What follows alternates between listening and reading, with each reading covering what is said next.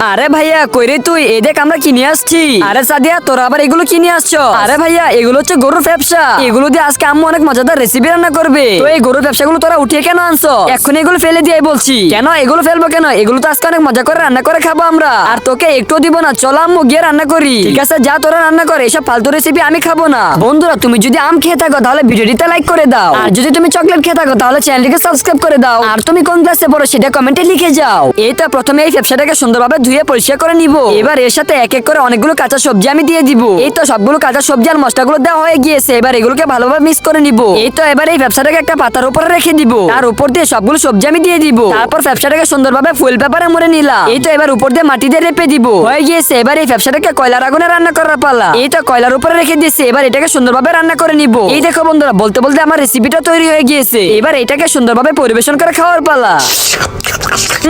আর সাদিয়া এগুলো খেতে তো অনেক মজা হয়েছে। হ্যাঁ আম্মু তুমি ঠিক বলেছো, অনেক মজা।